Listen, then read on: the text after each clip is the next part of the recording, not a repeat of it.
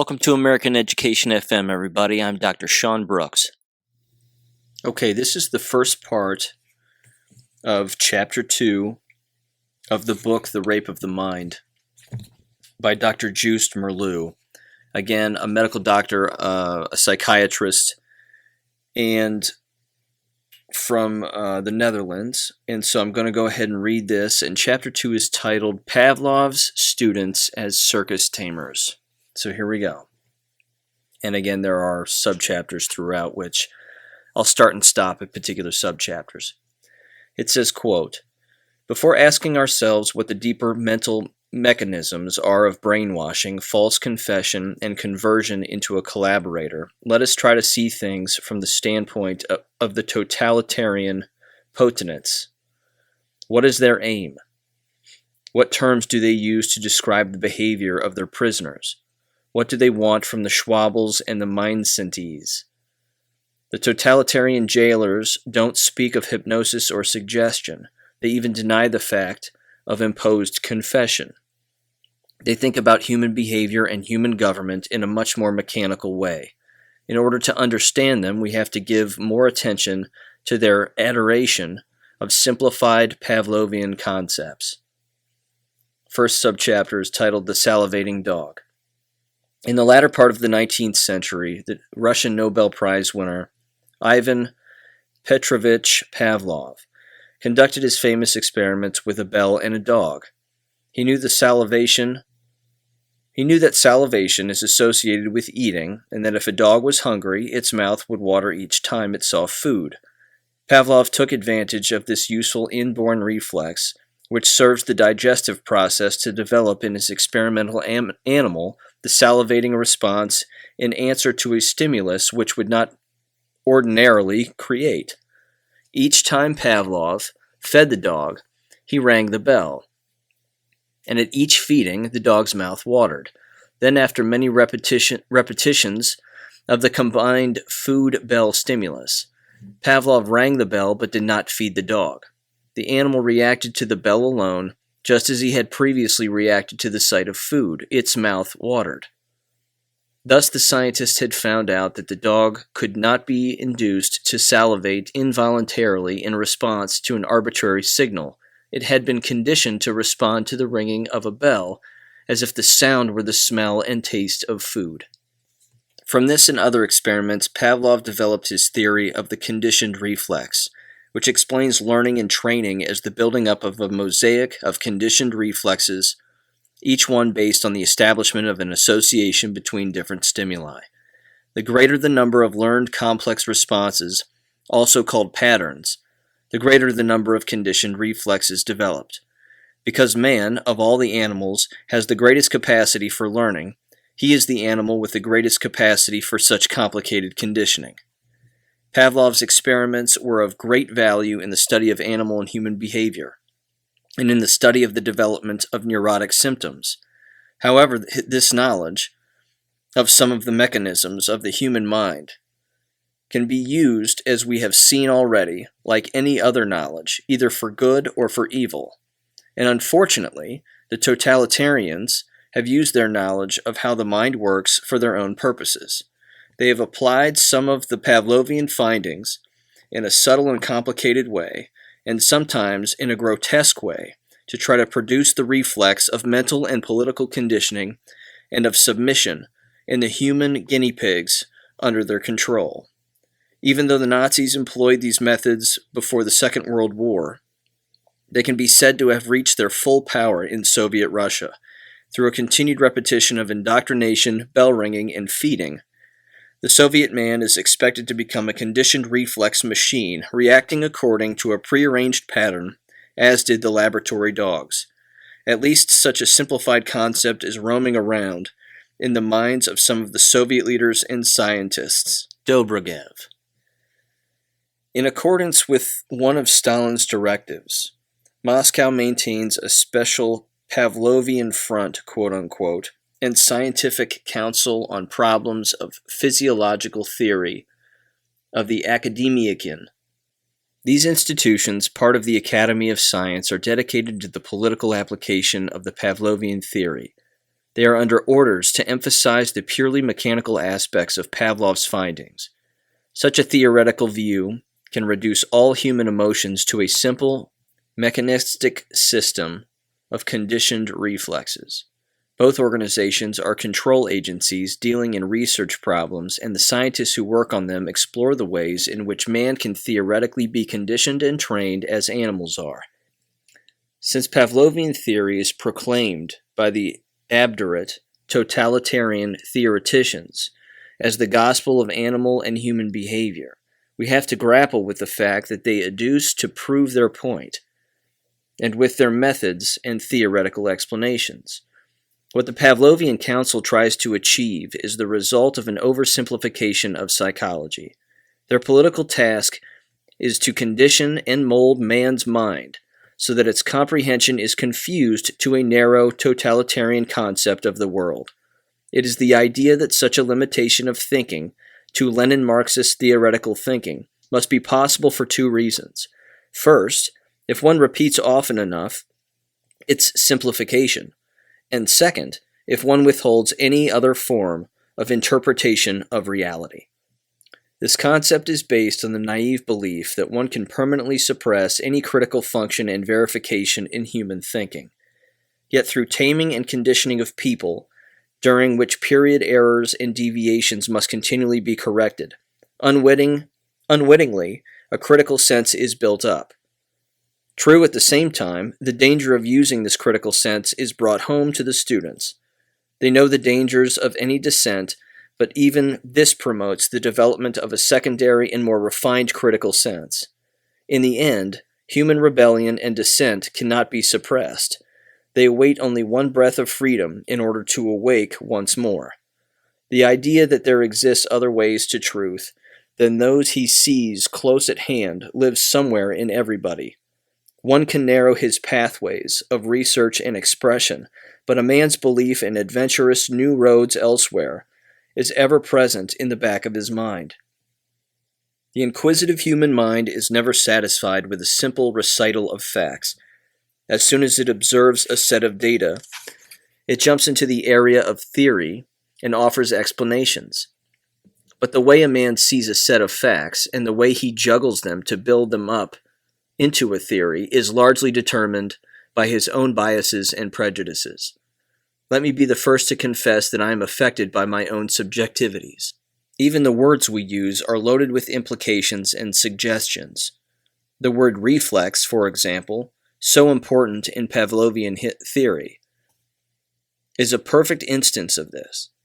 It was first used by the 17th century philosopher Descartes, in whose philosophical system a parallel was made between the actions of the human body and those of a machine.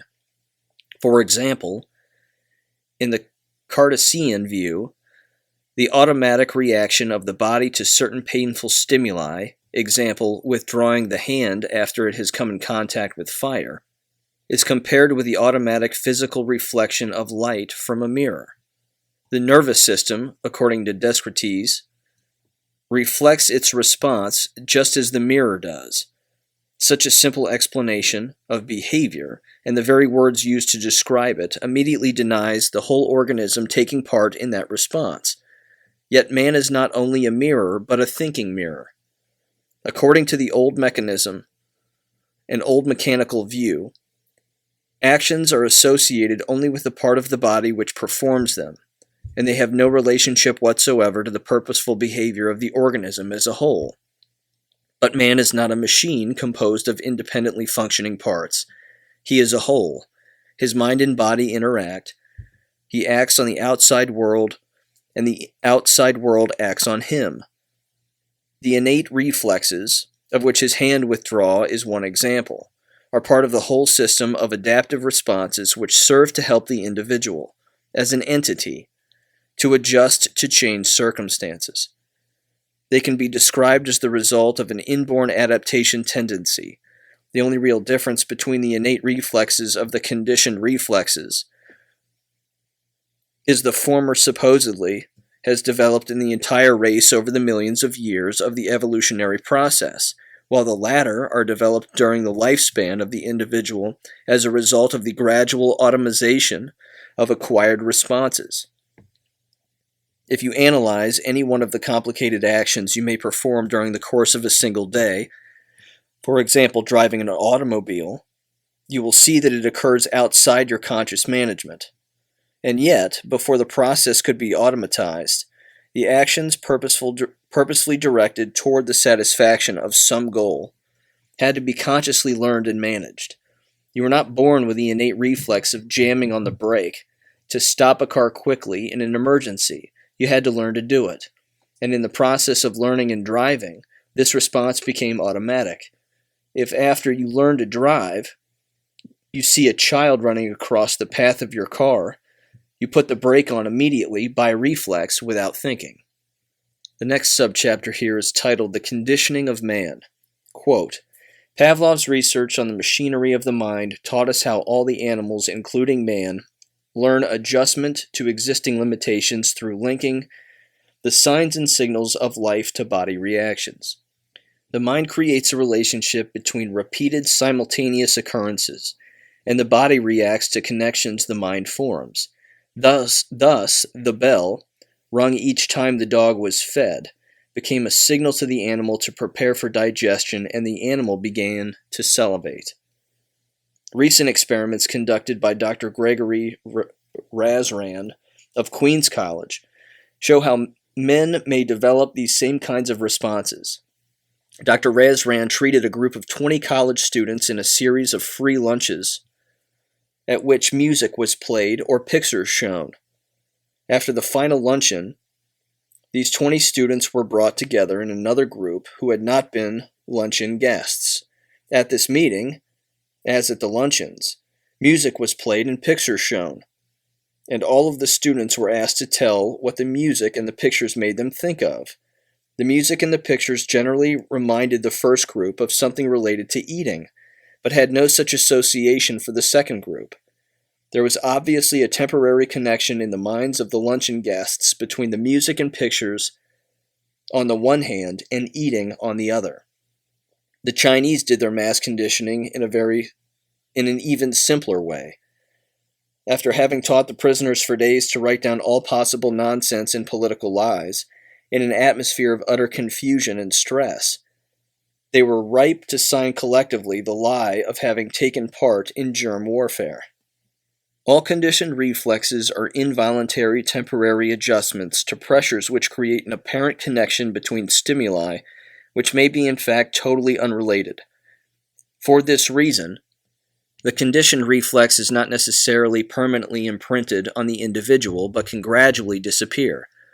If after the dog's conditioned reflex to the bell has been developed, the bell is rung over and over again, and no food is presented to the animal, the salivating reflex disappears. Doubtless, Dr. Razran's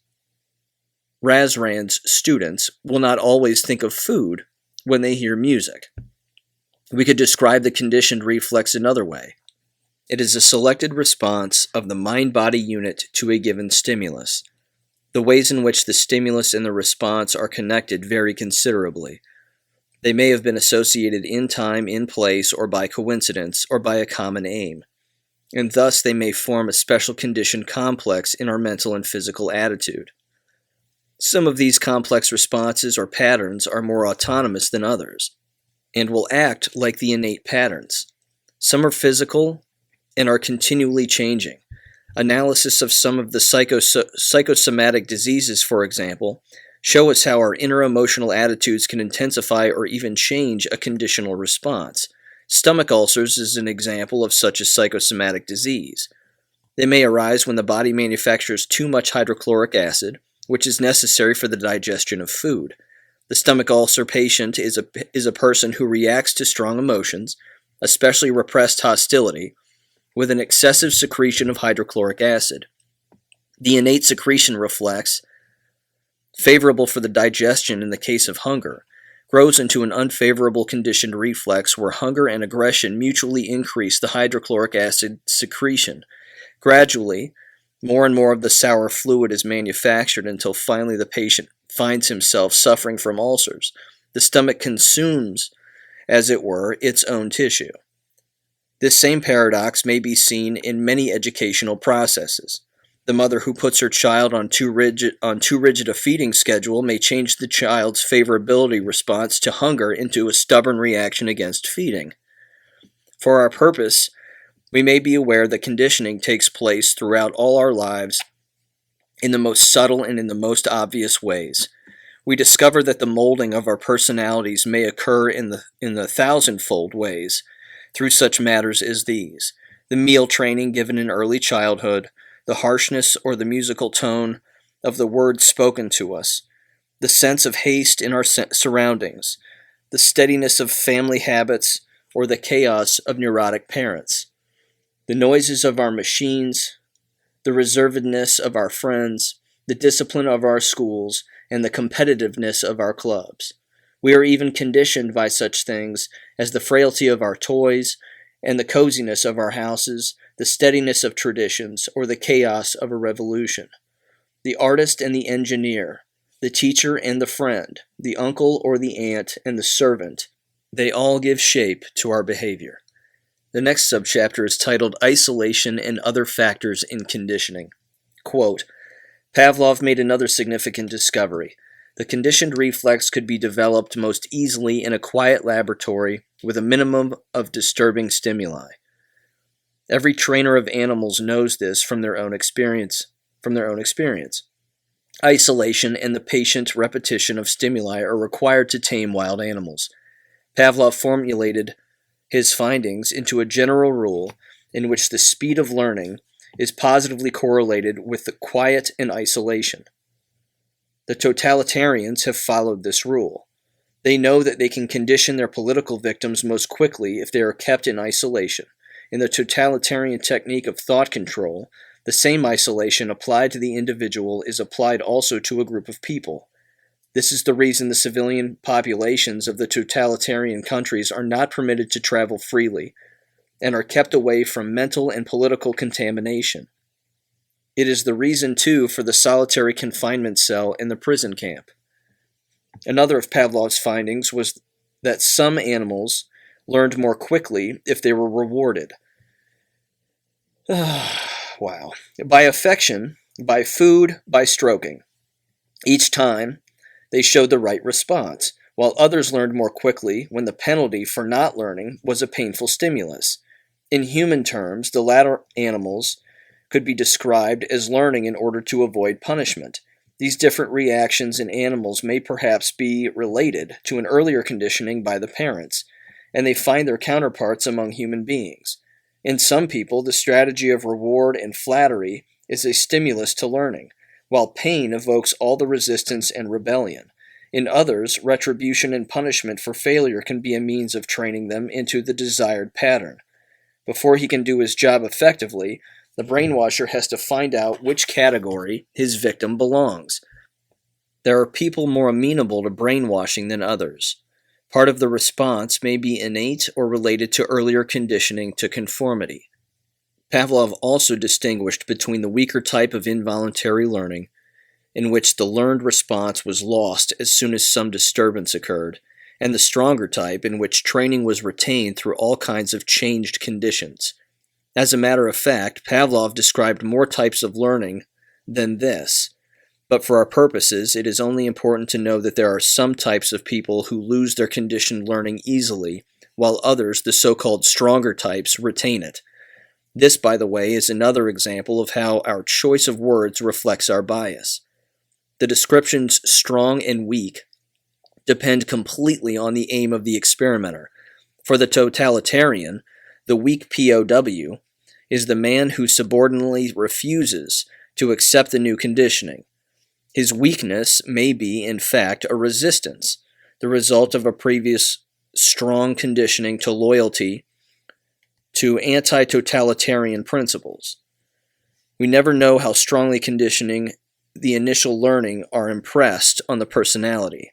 Rigid, dogmatic behavior has its roots in early conditioning, and so may submissiveness, based on ignorance rather than knowledge. Pavlov showed, too, how internal and external factors interact in the conditioning process. If, for example, a new laboratory assistant was brought in to work with the animals, all of the newly acquired patterns could easily be inhibited because of the animal's emotional reactions to the newcomer. Pavlov explained this as a disruptive reaction caused by the animal's investigatory reflexes, which led them to sniff around the stranger. Current psychology tends to interpret it as a result of the changed emotional rapport between the animal and his trainers. We can easily expand the implications of this more modern view into the field of human relations.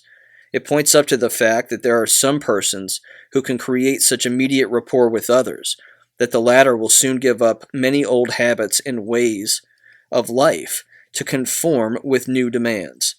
There are inquisitors and investigators whose personalities so deeply affect their victims that the victims speedily yield their secrets and accept entirely new ways of thinking.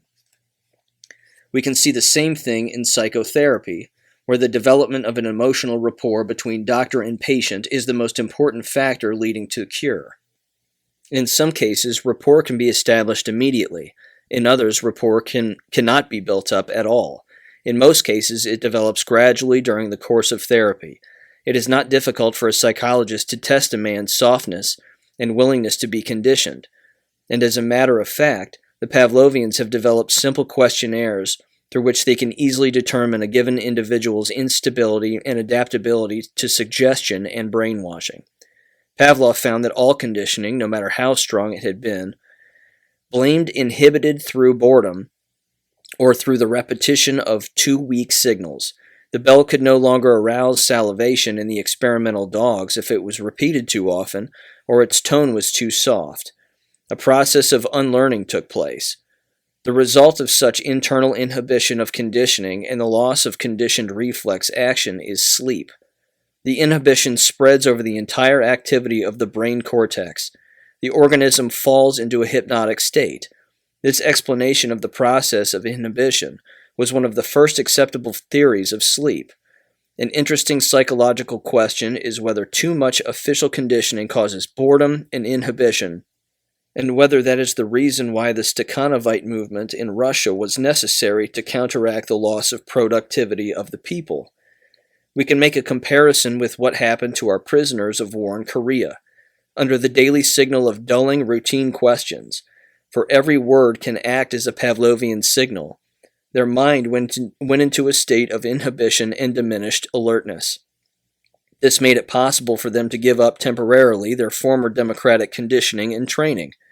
When they had unlearned and unsuppressed the democratic way, their inquisitors could start teaching them the totalitarian philosophy.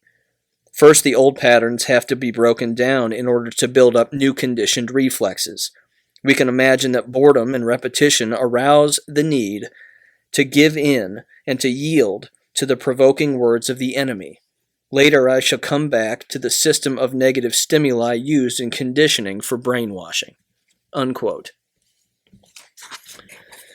So there's at least two more subchapters within this chapter, but I hope that as I'm reading this and you're listening to it, that you're thinking of not just the schooling system that exists in America and all over the world, because that certainly has been run by this Pavlovian dogmatic system, but that you're thinking of the heads on TV and how they all say the same things in generally the same tones, and they just try to get everybody to buy into it, to believe it, and then to act toward it. The mask wearing, the distancing, you name it. Injecting themselves with shots, experimental jabs, calling them vaccines when they're not, over and over and over again. And people are believing it. I'm telling you what, this book is amazing. It lays it all out. It just lays it all out. So that's the end of part 1. I'll come back with part 2 and we'll wrap up the chapter. Thank you for listening to American Education FM. Make sure and check out AmericanEducationFM.com for more information. Take care and God bless.